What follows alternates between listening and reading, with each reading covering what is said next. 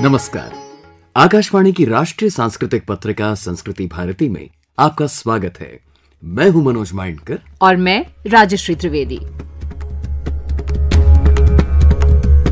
शिव शिव शिव शिव शिव शिव शंकर आदिदेव शंभु भोलानाथ योगी महादेव शिव शिव शिव शिव। शिव, शंकर, भोलेनाथ, महादेव, नीलकंठ, आशुतोष, महेश, इसी श्रृंखला के 100 से अधिक नामों में से मात्र एक ही पर्याप्त है भारत की सांस्कृतिक अस्मिता, भारतीय आध्यात्मिक दर्शन का बोध कराने के लिए। इसी बिंदु का विस्तार किया जाए तो समग्र सृष्टि की रचना और चलन के पहलू भी मुखरित होने लगते हैं। पिछले सप्ताह महाशिवरात्रि के पावन पर्व के उपलक्ष्य में पूरे देश में जो श्रद्धा और उल्लास का सैलाब उमड़ पड़ा, वो स्वाभाविक ही था। रचयिता के प्रति श्रद्धालुओं की अंतर मन की आस्था की अभिव्यक्ति ही। शिव की महिमा विराट है, अपरंपार है। इसे मूर्त, व्यावहारिक या लोकप्रिय संस्कृति के प्रिज्म से भी देखें तो पाएंगे कि इसके विविध प्रतीक सार्वभौम हैं, सीमाओं को धूमिल करने वाले। उदाहरण के तौर पर विभिन्न कालखंडों में निर्मित और स्थापित शिव मंदिर न सिर्फ भारत के हर नगर ग्राम में स्थित है, बल्कि कई अन्य सुदूर देशों में भी। इंटरनेट पर सर्च करके देखिए, ऐसे ऐसे देशों शहरों में शिव मंदिरों का उल्लेख मिलता है जिनकी आप कल्पना भी नहीं कर सकते। यानी इस शक्ति का परोक्ष संबंध अंतर्राष्ट्रीय सांस्कृतिक आदान प्रदान और पर्यटन से भी है। इधर लोकप्रिय साहित्य में भी शिव के सार को अनेकानेक भाषाओं के लेखकों ने छूने की कोशिश की है। शिव को अर्धनारीश्वर अवतार के रूप में भी देखा जा सकता है। सामान्य शब्दों में ये एक संदेश है पुरुष महिला समानता का, एक दूसरे के अभिन्न पूरक होने का, प्रतीक इस बात का कि स्त्री के बिना पुरुष कितना अधूरा है।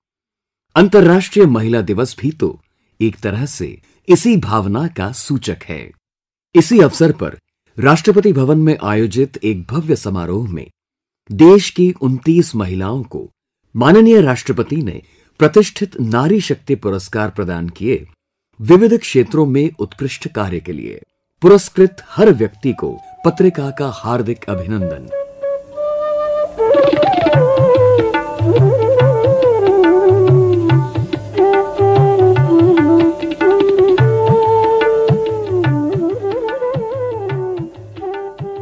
पूरे विश्व में हर क्षेत्र में औरतों का अतुलनीय योगदान रहा है। ये उल्लेख विशेष इसलिए माना जाना चाहिए कि महिलाओं ने युग दर युग उच्चांक कायम किए, अक्सर दोहरी जिम्मेदारियां निभाते हुए, कई कई भूमिकाएं अदा करते हुए, कभी कभी विषम परिस्थितियों में भी। देश की आजादी के अमृत महोत्सव में अनायास ही अहिल्याबाई होलकर, रानी लक्ष्मीबाई, बेगम हजरत महल, एनी बेजेंट, सावित्रीबाई फुले, रानी गाइदनल्यू, एक लंबी सूची के ऐसे ज्वलंत उदाहरण मानस पटल पर छा जाते हैं। हमारे यहाँ कहा जाता है, नर करने करे तो नारायण हो जाए, लेकिन नारी के लिए क्या कहा है? नारी तो नारायणी। माताओं बहनों, भारत विश्व की ऐसी बौद्धिक परंपरा का वाहक है जिसका अस्तित्व उसके दर्शन पर केंद्रित रहा है, और इस दर्शन का आधार उसकी आध्यात्मिक चेतना रही है। और ये आध्यात्मिक चेतना उसकी नारी शक्ति पर केंद्रित रही है। जब हम ईश्वरीय सत्ता को स्त्री और पुरुष दोनों रूप में देखते हैं तो स्वभाव से ही पहली प्राथमिकता नारी सत्ता को देते हैं। फिर चाहे वो सीता राम हो, राधा कृष्ण हो, गौरी गणेश हो या लक्ष्मी नारायण हो।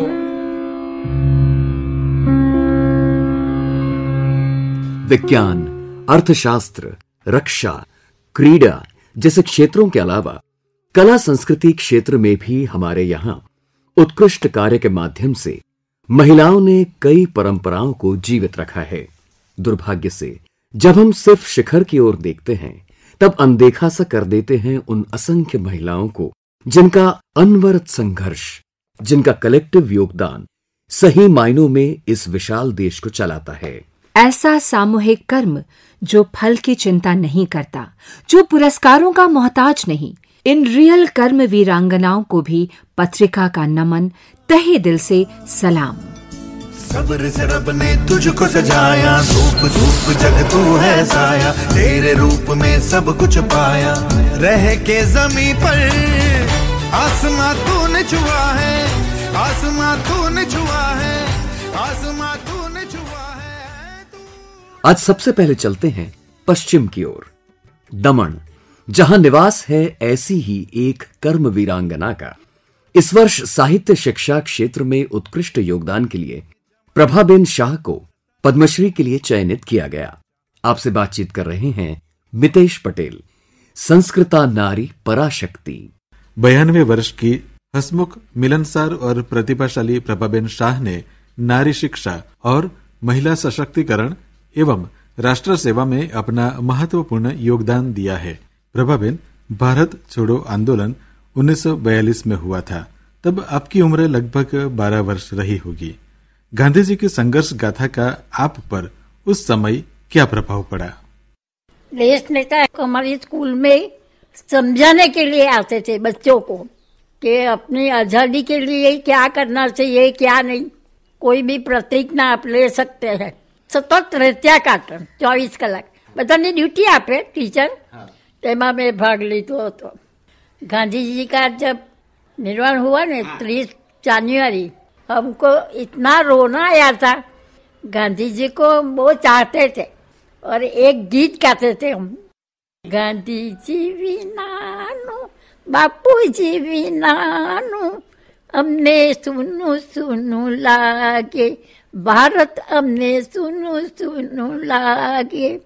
बापू हमारी बंदूक वर्षे, बापू हमारा हथियार हो, जुटवी लीजी हो बापू जी, हिंद तणिया तलवार हो। बापू जी विनानु, गांधी जी विनानु, हमने सुनु सुनु लागे।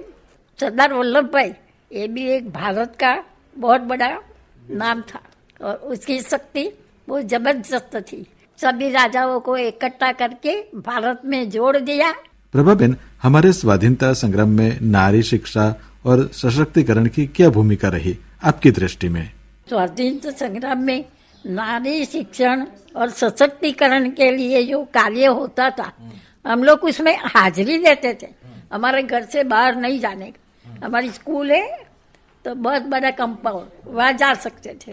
पढ़ के मैं कुछ करूंगी, मेरे गांव के, मेरे देश के लिए कुछ न कुछ करूंगी। और मेरी माता जी, उसका संस्कार मेरे में आया। वो सबका काम करती थी।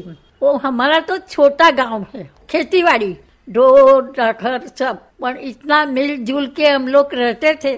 कभी ऐसा नहीं लगा कि ये दूसरी कौम के कि ऐसा है। घर जैसा हमारा संबंध। पढ़ने के लिए लड़का और लड़की की स्कूल अलग अलग। हमारी कन्या शाला, लड़के लोग की कुमार शाला। એટલે કન્યા શાળામાં 4 ધોરણ तक में अभ्यास किया, वरना क्यूनर फाइनल। साइंस तो केंद्र नहीं था, सूरत केंद्र था। परीक्षा वहीं देने का था, वहाँ गए थे। पप्पा की चिमकी थी, ये लास्ट હવે थैला ऊंचे मूकी दो। गामड़ा में क्या है, 5 धोरण तक लड़की को पढ़ना आ गया, चूल्हा फूकने का है।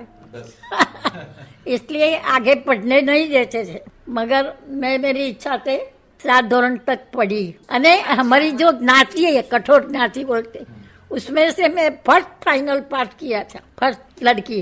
गांधी जी की आत्मकथा है, वो मैं पढ़ी है। पढ़ने का मुझे बहुत शौक है। आजादी के बाद भी आपने अपना कार्य जारी रखा। बालिका शिक्षा के क्षेत्र में आपका जो योगदान रहा है, उस अध्याय में से 1-2 यादें हमारे श्रोताओं के साथ साझा करें। गुजरात नई तालीम संघ है जो वेरछी में चलता है। 15-15 दिन का शिविर है। ऐसा 4 शिविर मैंने भरा है, तो शिक्षक का प्रमाण पत्र मिलता है।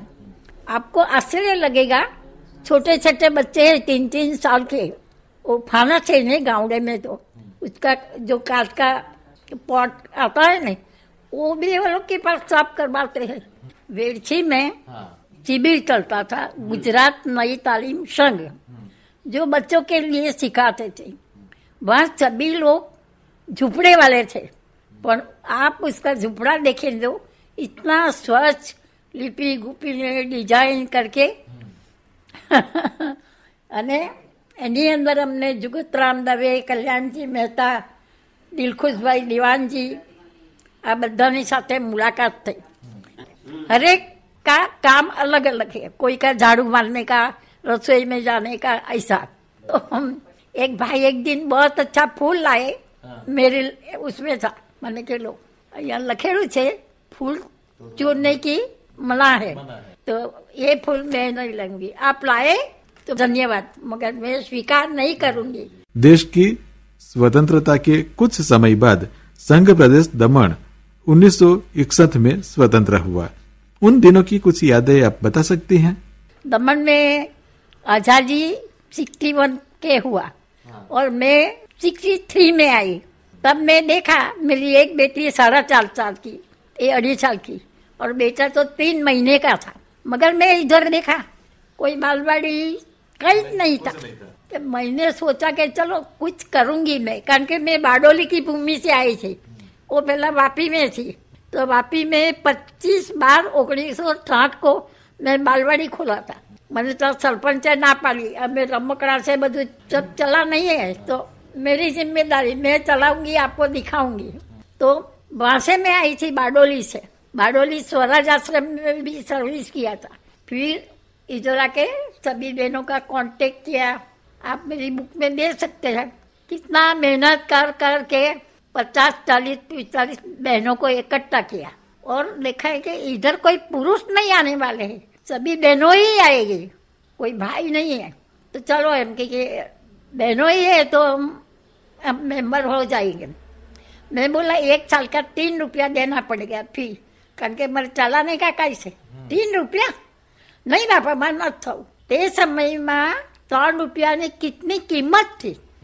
मैंने किया मेरी चौपड़ी में है 4 आना અને 25 પૈસા પછી છે, એટલે 25 પૈસા તમારા નામની સામે બહાર ખાના ને ઉઘરાવીને આ મંડળની સ્થાપના કરી। 2 गुजराती मीडियम, 2 इंग्लिश मीडियम, बालवाड़ी खोल के सभी बच्चों को पढ़ाया। कितना बच्चों पढ़े, और सोइंग क्लास, लाइब्रेरी, बहुत कुछ किया। और जो देने थी ना उसको साइन करने का नहीं आता था, तो फानस के अजवाड़े रात्रि शाला हो चलाई मैं। फानस से घर से ले जाऊं, 2 बहनों लाती थी, अने ये लोग को साइन करता आ गया। राष्ट्रध्वज कैसे फरकता है वो लोग को पता नहीं था, तो अपने गुजरात में से बाबू भाई कुटली वाला करके था, उसको बुलाया और इधर राष्ट्रध्वज वंदना सिखाई। वो लोग क्या था कि दमन में इलेक्ट्रिक डिपार्टमेंट है ने वो खानगी लोगों के हाथ में थे, डायरेक्टर था। तो पोतपोताना एरिया में मेन रोड पर इतनी जगह पर लाइट थी, पूरा दमन में नहीं थी। बाद में गवर्नमेंट ने उसको लिया, बाद में सबको लाइट मिली। 1965 और 1971 हमारा देश के ऊपर आपत्ति आ गई और हमारे जवान लड़ते थे। मगर दमन में कारण के दरिया नजीक है, एयरपोर्ट है, इसलिए यहाँ एक डिफेंस कमेटी बनाई गई। तो सब भाइयों थे, मगर मेरी निमणूक गवर्नमेंट ने उसमें की।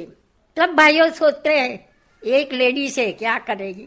मैं बोली आप रात को 12 बजे भी मीटिंग बुलाऊंगे तो मैं जरूर आऊंगी। मेरा पति का साथ है मुझे, और मेरी बेटी, और अभी वर्षा मेरा ध्यान रखती है ना, 92 साल हुआ तो मेरा पति भी मुझे रात में 12 बजे आने का है तो छुट्टी देंगे। પછી वो लोग ने सोचा क्या सोचे, तो हम लोग को डोनेशन करने के लिए, दान इकट्ठा करने के लिए कहा। वो किया हमने। फिर हमने सोचा पैसा भेजने के क्या, सभी महिलाओं को इकट्ठी होके स्वेटर बनाया, भेज दिया हमारे बॉर्डर पर। ये हमने डिफेंस कमेटी में काम किया। संस्कृता नारी पराशक्ति, गांधीवादी शिक्षाविद प्रभावेन शाह के साथ मितेश पटेल की बातचीत आपने सुनी। स्वरांश सौजन्य हरेश पटेल, आकाशवाणी दमन। 23 मार्च 1931 देश के 3 महान स्वाधीनता सेनानियों भगत सिंह, शिवराम राजगुरु और सुखदेव थापर के सर्वोच्च बलिदान का दिन। उन्हीं की याद में हुसैनीवाला पंजाब में नेशनल मार्टर्स मेमोरियल स्थापित किया गया।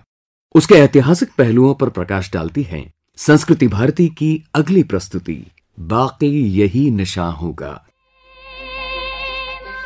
भारत की पुण्य भूमि पर स्वतंत्रता संग्राम में भाग लेने वाले अनेक देशभक्तों ने जन्म लिया है और मां भारती की गुलामी की बेड़ियों को काटने के लिए सर्वोच्च बलिदान भी दिया। ऐसे ही महान स्वतंत्रता सेनानियों में शामिल हैं पंजाब के वीर सपूत शहीद भगत सिंह और सुखदेव तथा महाराष्ट्र के राजगुरु। ब्रिटिश पुलिस अधिकारी सैंडर्स की हत्या पर इन तीनों क्रांतिकारियों को जब फांसी की सजा सुनाई गई तो तीनों के माथे पर भय या चिंता की कोई शिकन नहीं उभरी और वे हंसते हंसते फांसी के फंदे पर झूल गए। इन वीरों के पवित्र शवों के संस्कार स्थल के बारे में अब हम आपको बताने जा रहे हैं, जो कि पंजाब के जिला फिरोजपुर में हुसैनीवाला गांव में स्थित है। हुसैनीवाला गांव भारत के पंजाब राज्य के फिरोजपुर जिले में सतलुज नदी के तट पर स्थित है, जो कि भारत पाक सीमा से केवल 1 किलोमीटर की दूरी पर है। गांव का नाम एक मुस्लिम पीर गुलाम हुसैन के नाम पर रखा गया है। उनका मकबरा सीमा सुरक्षा बल के परिसर में है। यह जिला मुख्यालय फिरोजपुर से 10 किलोमीटर और राष्ट्रीय राजधानी दिल्ली से 400 किलोमीटर उत्तर पश्चिम में स्थित है। ये स्मारक सतलुज नदी पर उस स्थान को चिन्हित करता है जहां 23 मार्च 1931 को भगत सिंह, राजगुरु और सुखदेव का अंतिम संस्कार किया गया था। इन महान क्रांतिकारियों को लाहौर की जेल में फांसी देने के पश्चात बगावत के डर से डरी ब्रिटिश सरकार ने इन तीनों शहीदों के शवों का हुसैनीवाला स्थित गांव में बिना किसी रीति रिवाज के चुपचाप संस्कार कर दिया था। 1947 में देश के विभाजन के समय ये पवित्र स्थल पाकिस्तान में चला गया था, लेकिन 17 जनवरी 1961 को इसे सुलेमान हेडवर्क्स के पास के 12 गांवों के बदले भारत वापस कर लिया गया।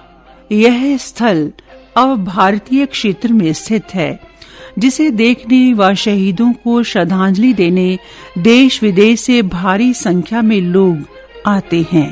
हम यहाँ पर सरदार भगत सिंह को श्रद्धांजलि देने के लिए आए हैं। उन्होंने देश के लिए अपना बलिदान दिया और वो हंसते हंसते फांसी पर चढ़ गए। आप शहीदों को श्रद्धांजलि भेंट करने आए हैं।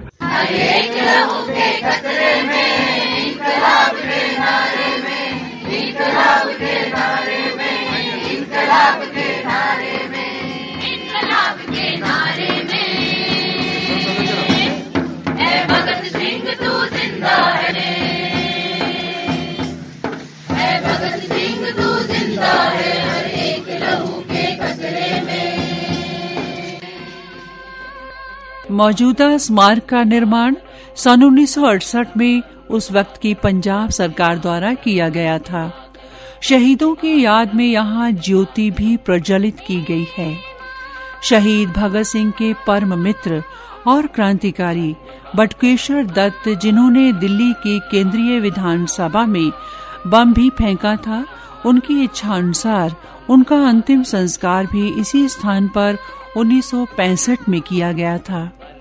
पंजाब माता के प्रतीक से सम्मानित शहीद भगत सिंह जी की माताजी विद्यावती का अंतिम संस्कार भी इन्हीं की इच्छा के अनुरूप यहाँ किया गया था। 1971 के भारत पाक युद्ध दौरान भी इस स्मारक स्थल को पाकिस्तान की सेना द्वारा हानि पहुंचाई गई और फिर मार्च 1973 में इसका पुनः निर्माण किया गया। शहीद भगत सिंह द्वारा सांड्रस की हत्या में इस्तेमाल की गई पिस्तौल भी अब इस स्मारक स्थल पर सीमा सुरक्षा बल के संग्रहालय में रखी गई है। यह पिस्टल सीमा सुरक्षा बल फिरोजपुर के हुसैनीवाला स्थित शहीद भगत सिंह स्मारक के संग्रहालय में रखने का निर्देश प्राप्त हुआ है, जो कि शहीद भगत सिंह सुखदेव राजगुरु के समाधि स्थल के साथ है। हुसैनीवाला संग्रहालय में पिस्तौल को रखने से समाधि स्थल पर आने वाले आम जनता इसे देख सकेगी और इस पिस्टल का ऐतिहासिक महत्व को समझ सकेगी। 1965 के भारत पाक युद्ध में हुसैनीवाला की लड़ाई भी भारतीय फौज द्वारा जीती गई थी। हुसैनीवाला और सीमा पार गंडा सिंह वाला पर 1970 के बाद से हर दिन शाम 6 बजे एक ध्वजारोहण समारोह आयोजित किया जाता है। यह संयुक्त रूप से भारत और पाकिस्तान की सेना द्वारा आयोजित किया जाता है। यह फाजिलका और अमृतसर की बाघा अटारी सीमा पर आयोजित होने वाले दैनिक समारोह के समान ही होता है। हुसैनीवाला स्मारक स्थल समारोह पर सीमा के दोनों ओर से पंजाबी शामिल होते हैं और माहौल इतना तनावपूर्ण नहीं है। भारत माता की, भारत माता की, वंदे वंदे।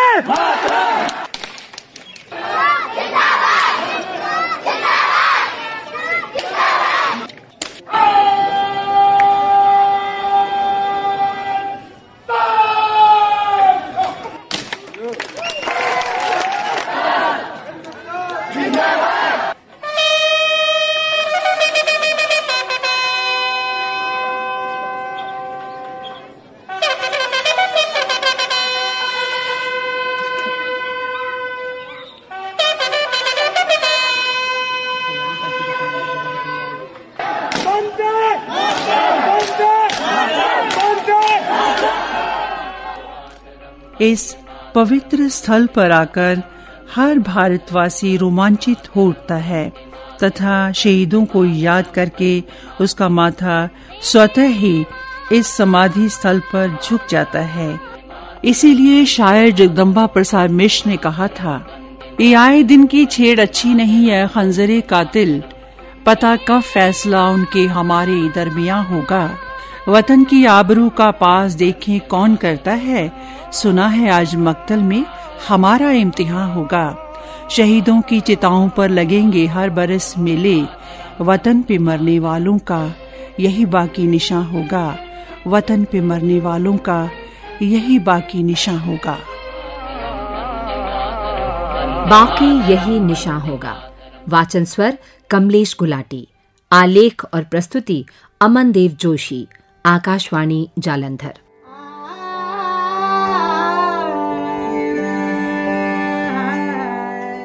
पत्रिका के संपादकीय में हमने सम्मान स्वरूप उल्लेख किया उन महिलाओं का जो अनाम वीरांगनाएं हैं, दायित्वों को बोझ समझे बिना अपने कार्यों का मुस्कुराते हुए निर्वाह करती रहती हैं। और कुछ महिलाएं ऐसी भी हैं जो आम महिलाओं को निश्चल अभिव्यक्ति का मंच प्रदान करती हैं।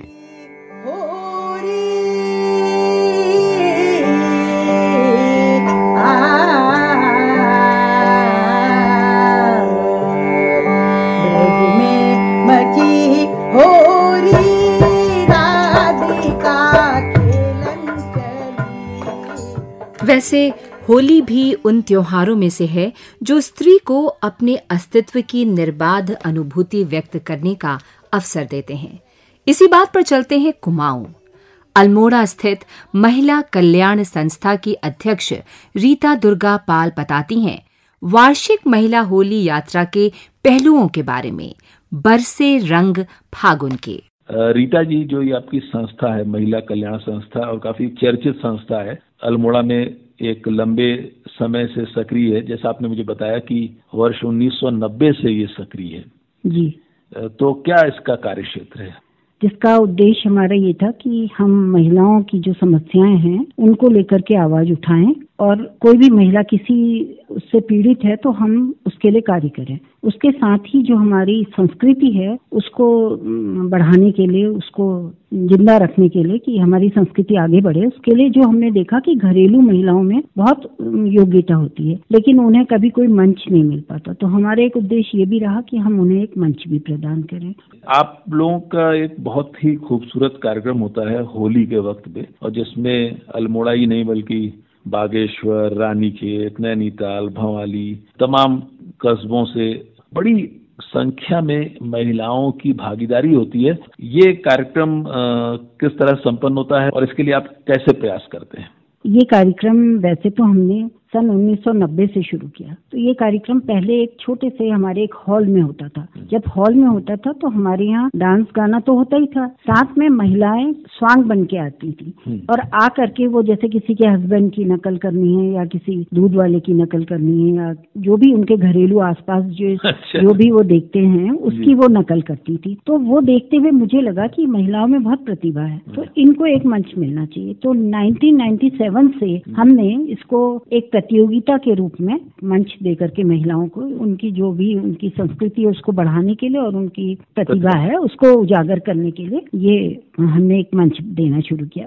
धीरे धीरे पहले तो हम अल्मोड़े की महिलाओं को लेते थे और एक चीज और मैं बताना चाहूंगी कि महिला कल्याण संस्था की ही शाखा पहले नैनीताल में भी थी और हल्द्वानी में भी। उसके बाद हमने यहाँ सोचा कि हम पूरे कुमाऊं की टीमों को लें, तो धीरे धीरे हमने इसको आगे बढ़ाते हुए हमने कुमाऊं से लोगों को बुलाना शुरू किया और उसके अलावा फिर हमने इसको एक और नया कुछ रूप देने के लिए हमने इसको सोचा कि हम एक सांस्कृतिक जुलूस निकालें जिसमें कि महिलाएं, आपने देखा भी है कि पूरे जोश के साथ 1.5 घंटे तक महिलाएं गाते नाचते और अपना स्वांग प्रदर्शित करते हुए चलती हैं। तो वो देखने लायक वो सीन होता है।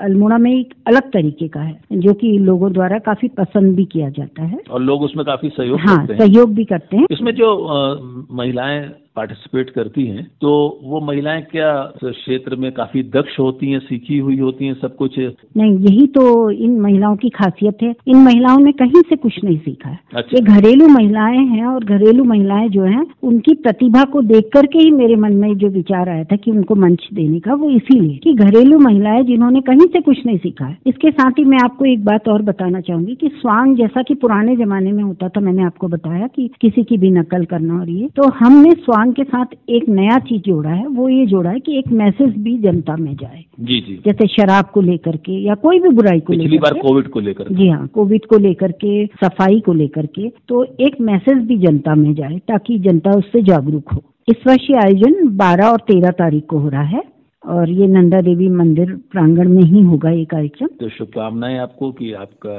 ये जो वार्षिक आयोजन है ये सफल हो। धन्यवाद। हमें बहुत बहुत धन्यवाद।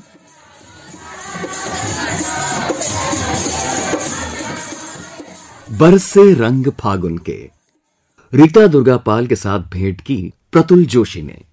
स्वरांश सौजन्य, आकाशवाणी अल्मोड़ा। 20 फरवरी को देश ने एक अनमोल रत्न काल के हवाले कर दिया। कामरूप असम की भाषाविद, समाज सेवी शकुंतला चौधरी ने इसी दिन इस फानी दुनिया को अलविदा कह दिया। एक तरफ देवनागरी लिपि की सेवा और दूसरी ओर गांधीवादी आचार और भूदान आंदोलन में आचार्य विनोबा भावे का सक्रिय साथ देने में उनके योगदान के लिए देश उन्हें हमेशा याद रखेगा। 101 वर्षीय शकुंतला चौधरी को इसी वर्ष पद्मश्री से अलंकृत किया गया था।